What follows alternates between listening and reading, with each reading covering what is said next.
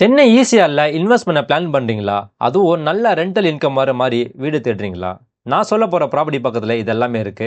Hi மக்களே! Welcome to Billionacre. நான் உங்க அசார். கானத்தூர்ல ஒரு brand new 3 BHK premium apartment தான் பார்க்க போறோம். இந்த அபார்ட்மெண்ட் பத்தி எல்லா டீடைல்ஸும் சொல்றேன். நோட் பண்ணிக்கோங்க.